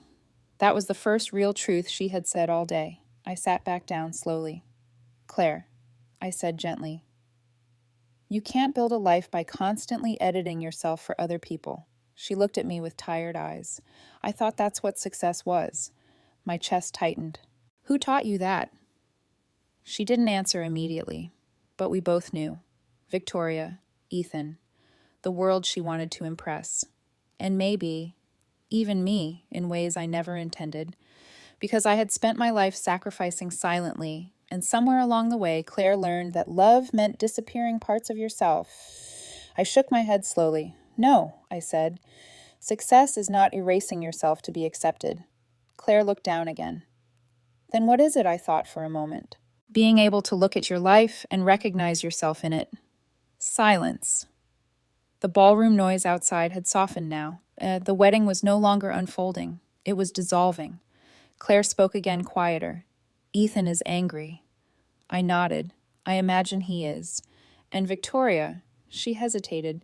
She said this is humiliating. A faint, tired smile crossed my face. Of course she did. Claire looked up at me carefully. They're saying you caused it. I met her eyes. Did I? That question hung between us. Claire didn't answer immediately, then softly. You stopped paying. Yes, I said. After I was erased from your life. Her face tightened slightly. That wasn't my intention, but it was your decision, I replied, gently. Silence again. Longer this time. Less defensive. More reflective. Claire finally whispered, I didn't realize how much you were involved. That sentence carried weight. Not apology, but awareness. I nodded slowly. I know. Another pause. Then she asked something I didn't expect. Did you ever think I would become like this? The question surprised me, not because it was unfair, but because it showed she was finally looking inward. I chose honesty. No, I said. I thought you would become stronger, her eyes flickered. But I think you confuse strength with approval. Claire's lips parted slightly. I continued softly. And somewhere along the way, you started believing that being accepted by the wrong people mattered more than being honest with the right ones. That landed quietly, not dramatically, but deeply. Claire leaned forward slightly, her voice breaking. Do you hate me? The question pierced straight through me, because it was so painfully human. I stood and walked back toward her slowly. Then I knelt slightly so we were closer at eye level. No, I said firmly, I don't hate you. Tears filled her eyes immediately. But I am hurt by you, I added gently, and that matters too. She nodded quickly, crying now. I'm sorry. I didn't rush to comfort her this time. Instead, I stayed still, letting her feel it, letting both of us feel it, because forgiveness without understanding is just repetition waiting to happen. I don't know how to fix this, she whispered. I know, I said softly. Another pause. Then I added, but you don't fix something like this in a day. Claire looked at me with fragile hope. Then what do I do? I took a slow breath. You start by telling the truth, I said. To yourself first. She nodded shakily. And then I hesitated. Then you stop asking for approval from people who only value your image. Silence. Outside, the distant sound of the venue faded even more. The wedding was officially over now, even if no one had said it aloud. Claire looked down at her hands. I don't know how to be without them. That was the real fear underneath everything. Not losing a wedding. Losing identity. I reached out and gently placed my hand over hers. Then you learn, I said softly. Like I did. Her fingers tightened slightly around mine. Not letting go. Not pulling away. Just holding on. For the first time all day, not as a performance, but as a daughter who finally didn't know what came next. The wedding venue was almost empty when I finally stepped outside the bridal suite with Claire. What had been a carefully constructed world of elegance only hours earlier now felt stripped down to something raw and unfinished. Servers were quietly packing away glassware. Floral arrangements were being dismantled in silence. Guests had already begun to leave in clusters, speaking in low voices that carried more confusion than celebration. The illusion was gone. Completely. Claire walked beside me, slowly, still in her wedding dress, holding the fabric slightly so it wouldn't drag on the floor. She looked like someone walking out of a version of her life she no longer recognized. We didn't speak at first. There was too much in the air between us, too many words already spoken, too many that couldn't be taken back. We reached the quiet garden path near the lakeside, away from the remaining guests. The wind had picked up slightly, carrying the scent of damp roses and rain-soaked grass. Claire finally stopped walking. I don't know what I'm supposed to do now, she said quietly. Her voice wasn't defensive anymore. It was lost. I turned to face her. For the first time that day, I saw not the bride Victoria had shaped, not the woman Ethan expected, but my daughter underneath everything. Tired. Confused. Human. You don't have to do anything right now, I said gently. Claire shook her head slightly. But everything is falling apart, I nodded. Yes, a pause. Then I added, and sometimes that's what honesty feels like at first. She looked at me with red-rimmed eyes. I thought you were going to fix it. That sentence stayed in the air for a moment longer than I expected. I studied her carefully. Fix what I asked softly. The wedding. Ethan. Victoria. Everything. I exhaled slowly. Claire, I'm not responsible for holding your life together. Her lips parted slightly like she wanted to argue, but no words came. For the first time, she didn't have a rehearsed answer. Only silence. Then she whispered, I don't know who I am without them. That was the truth underneath everything. Not the wedding, not Ethan, not Victoria. Identity. I stepped closer slightly. You're still you, I said gently, just without the noise. She frowned faintly. The noise. The approval. I said, the expectations. The performance. Claire looked down at her hands again. They made it feel important. I nodded slowly. I know. Another silence settled between us. This one different from before. Less painful. More reflective. Claire spoke again, softer. Ethan hasn't called me. I wasn't surprised. Men like Ethan rarely stayed present when control slipped. And Victoria, I asked. Claire gave a small, tired laugh without humor. She said I embarrassed the family. There it was again. Embarrassment. The word that had followed me all day like a shadow. I watched Claire carefully. And what do you think I asked? She hesitated. Then quietly, I think I embarrassed myself. That honesty felt like the first real crack in the wall she had built around herself. Not collapse, but opening. I nodded. That's where change starts, I said gently. Claire looked up at me. Do you think I ruined everything? I paused before answering, because the truth wasn't simple. No, I said finally. I think you finally saw what everything was built on. Her eyes filled again. That doesn't feel like comfort. It isn't meant to, I replied softly. It's truth. A gust of wind moved through the trees beside the lake, shifting the fabric of her dress slightly. She looked exhausted now, not just emotionally, deeply. Like someone who had been running for years and only now realized she didn't know where she was going. I hurt you, she said suddenly. Not a question, a statement. I didn't deny it. Yes, her voice broke slightly. I didn't mean to. I nodded again. I know. A pause. Then I added, but impact doesn't disappear because intent was different. She closed her eyes briefly, absorbing that. When she opened them again, something had changed in her expression. Not resolution, but awareness. What happens now? She asked again. I looked out toward the lake. The water was still, quiet, unmoving. I think you go somewhere quiet, I said gently, away from everyone's expectations, away from pressure. Claire frowned slightly. Like what? A break.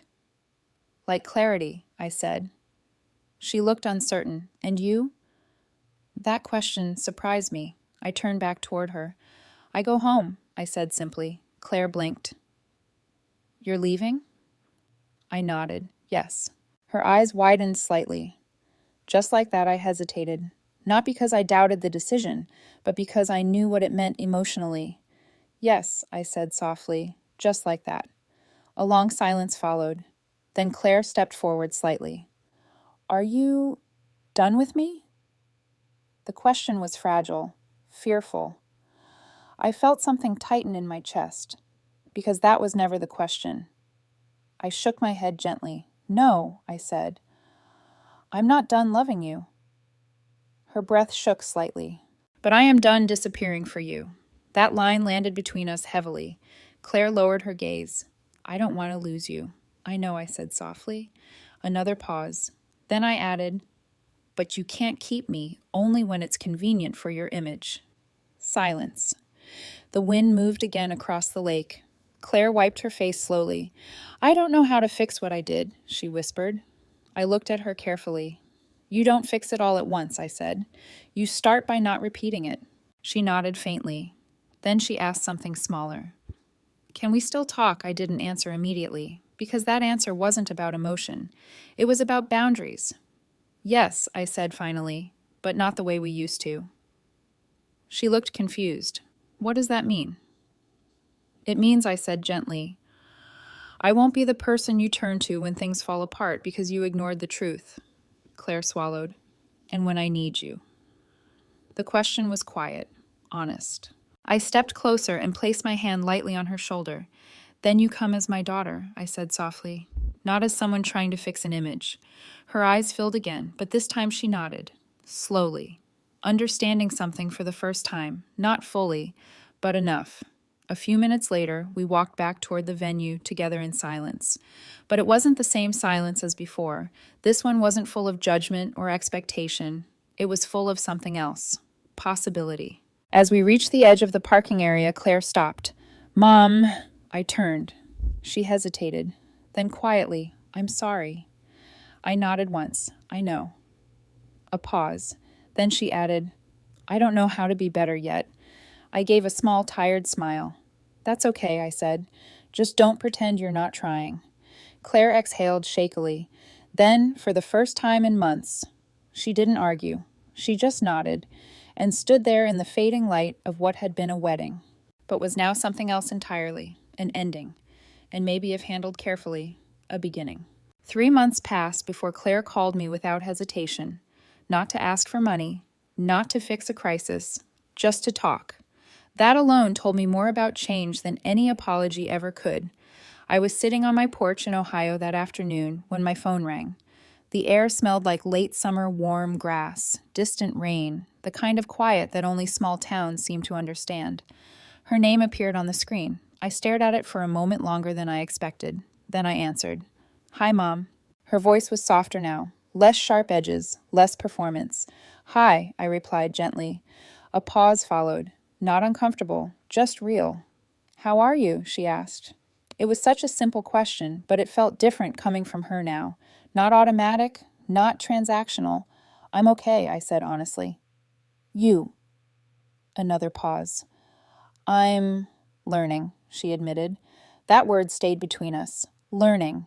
Not fixed, not healed, just in progress. Claire had moved out of Chicago shortly after the wedding collapsed. Ethan and Victoria's financial situation had become more unstable than anyone had publicly admitted. The condo deal fell apart completely, and within weeks their polished world began to unravel behind closed doors. Claire never told me all the details, and I didn't ask. Some truths don't need constant revisiting to be understood. I started therapy, she said quietly after a moment. I nodded, even though she couldn't see me. That's good. I didn't think I needed it, she admitted. But I think I did. Silence settled again. Then she added, I think I was trying so hard to become someone else that I forgot how to be myself. I leaned back slightly in my chair. That happens more often than people admit, I said softly. A faint breath of laughter came through the phone. Yeah, she said, especially when you're trying to impress the wrong people. That sentence felt like progress. Not dramatic, but real. After a moment, Claire's voice lowered. I've been thinking a lot about what you said. I didn't respond immediately. So she continued. About disappearing. My chest tightened slightly. I didn't understand it then, she said, but I think I'm starting to now. A breeze moved through the trees around my porch. I used to think you were just difficult, she admitted, when you questioned things, or didn't fit into Victoria's world. I stayed quiet, but now I realize. Her voice cracked slightly. You were just real. That word hit differently. Real. Not polished, not curated, not approved, just real. I don't want to live like that anymore, she said quietly. I closed my eyes for a moment. Then don't, I said softly. Another pause. Then Claire asked something I didn't expect. Do you think I can still fix what I broke? The question carried weight. Not desperation this time. Responsibility. I took my time before answering. Some things aren't about fixing, I said gently. They're about changing. She was quiet. Then, will you still talk to me while I change? That question mattered more than the first, because it wasn't asking for rescue, it was asking for presence. I'm here, I said simply. But not as a safety net. I understand, she said quickly. I don't want that anymore. Another pause followed. Then she added something softer. I miss you. My throat tightened slightly. I miss you too, I admitted. And I did. Not the version of her that rejected me, but the daughter I raised before the world taught her to measure love in status and appearance. After we hung up, I stayed on the porch for a long time, thinking. Not about revenge, not about humiliation, but about something quieter. Boundaries. It had taken 62 years for me to understand that love without boundaries becomes self-erasure, and I had erased myself for a long time. That evening, I drove to the small lake near my house, the same lake Daniel and I used to sit beside when Claire was young. I hadn't been there in years. The air felt different now, not because the place had changed, but because I had. I sat on the wooden bench near the water and watched the surface reflect the fading sunlight. For the first time in a long time, I didn't feel like I was waiting to be needed. I wasn't waiting for a call, or approval, or permission to exist fully. I simply existed. A few weeks later, Claire came to visit. No announcement, no spectacle, just a quiet knock on my door one Saturday morning. When I opened it, she stood there with a small overnight bag and tired eyes. Hey, she said softly. I stepped aside. Hey. She walked in slowly, looking around the house like she was seeing it properly for the first time. Not as something small or modest, just as home. We didn't hug immediately, not because we didn't want to, but because we were both still learning how to exist without old patterns. Eventually, she sat at the kitchen table, the same table where I had once signed countless wedding payments. I'm not with Ethan anymore, she said quietly after a while. I nodded. I know. A pause. I didn't end it dramatically, she added. I just stopped trying to be someone I wasn't. That's usually how it starts, I said gently. She looked down at her hands. I'm sorry it took me so long to see you. I didn't rush to forgive, because forgiveness isn't a reaction, it's a process. Instead, I said, I don't need you to see me perfectly, Claire. I just need you to see me honestly. She nodded slowly. I can do that. Silence followed, comfortable this time, not empty. Later that afternoon, we walked to the lake together, the same path I had walked alone months earlier after the wedding collapsed. Claire looked out at the water quietly. It feels different here, she said. It is different, I replied. She glanced at me. Or maybe I am. I smiled faintly. Maybe both. We stood there for a while without speaking. Then Claire asked, "Do you ever regret anything I thought about that honestly?" "No," I said finally, "but I regret how long it took me to stop accepting less than I deserved." Claire nodded. "I think I understand that now." We watched the water together as the sun began to set. No urgency, no performance, just time moving forward without pressure. After a while, Claire spoke again. "I don't expect things to go back to how they were." "Good," I said gently. She looked at me surprised. "Good?" "Yes," I replied, "because we're not the same people anymore." She smiled faintly. "I guess that's true." I looked at her then, really looked at her, not the bride, not the image, just my daughter, flawed, awakening, human. "And that's okay," I said softly. Claire exhaled slowly. "Yeah," she whispered, "I think it is." We stood there as the sky turned gold over the lake, not healed, not perfect, but present, and for the first time in a long time. That was enough. I sat by the lake long after Claire had gone inside to rest. The water was still glowing faintly under the fading evening sky, like it was holding on to the last pieces of daylight before letting them go. For the first time in years, I wasn't replaying what I could have done differently. I wasn't calculating how to fix someone else's choices. I wasn't shrinking myself into someone easier to love. Instead, I was simply there, present in a way I had never allowed myself to be. And I realized something that changed everything I thought I knew about motherhood. Love, when it is real, does not require self-erasure. But I had confused sacrifice with identity for most of my life. I thought being a good mother meant saying yes until it hurt. I thought being needed meant being valuable. I thought endurance was the same as love. But sitting there watching the lake move gently without needing permission from anyone, I understood the truth. A woman does not become less because she refuses to disappear. She becomes whole. Claire's journey was still unfolding. So was mine. Healing does not arrive in a single apology or one honest conversation or even a moment of clarity. It arrives slowly, through boundaries, through silence that is no longer filled with fear, through choosing yourself without guilt for the first time. That wedding didn't destroy our relationship. It revealed it. And sometimes truth looks like collapse before it looks like freedom. I used to think losing my daughter's approval was the worst thing that could happen to me. Now I understand something deeper. The worst thing would have been losing myself entirely just to keep it. A few days later, Claire called again. This time her voice sounded steadier, less lost, more aware. "I signed up for another session," she said. "Therapy," and I started volunteering at a women's shelter downtown. I smiled quietly. "That sounds like you're building something new." "I'm trying," she admitted. "Not to be the person Victoria wanted, or Ethan expected, but just me." There was a pause. Then she added softly, "I think I finally understand what you meant about disappearing." I closed my eyes for a moment, not because it hurt, but because it mattered. "Yes," I said gently, "and now you're learning how to come back." Another silence passed between us. Then Claire asked something different. "Are you okay, Mom?" The question was simple, but this time it didn't feel like obligation. It felt like care. I looked out toward the lake again. "I am," I said honestly. And for the first time in a long time, it was true. Not because everything was perfect, but because I was no longer living inside someone else's definition of my worth. "I'm proud of you," Claire said quietly. I smiled. "I know." She laughed softly at that, a real laugh.